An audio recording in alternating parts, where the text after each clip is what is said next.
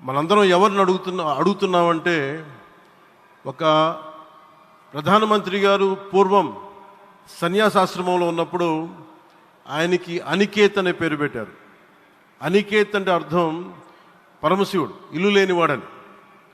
అలాంటి ఇల్లు లేనివాడు, కుటుంబం లేనివాడు 5 కోట్ల మంది కుటుంబాలకు, 5 కోట్ల మంది ప్రజల కోసం, ఎన్ని కోట్ల కుటుంబాల కోసం మనందరికీ రాజధానిలో ఒక నగరం నిర్మించడానికి, ఇల్లు నిర్మించుకోవడానికి ఇల్లు లేకుండా 140 కోట్ల మంది ప్రజల బాధ్యత తీసుకొని కశ్మీర్ నుంచి కన్యాకుమారి వరకు, అక్కడ కామాఖ్య నుంచి ద్వారకా వరకు ప్రపంచమే, మన దేశమే తన కుటుంబంగా చేసుకుంటూ, ఈ భారతదేశమే తన ఇల్లుగా చేసుకొని తిరిగి పునఃప్రారంభానికి విచ్చేసిన గౌరవ ప్రధానమంత్రి శ్రీ నరేంద్ర మోదీ గారికి మనస్ఫూర్తిగా మన అందరి తరపున, ఆంధ్రప్రదేశ్ ప్రజలందరి తరపున, అమరావతి రైతాంగం తరపున, ఆడపడుచుల తరపున వారికి చేతులెత్తి హృదయపూర్వక నమస్కారాలు తెలియజేస్తున్నాను.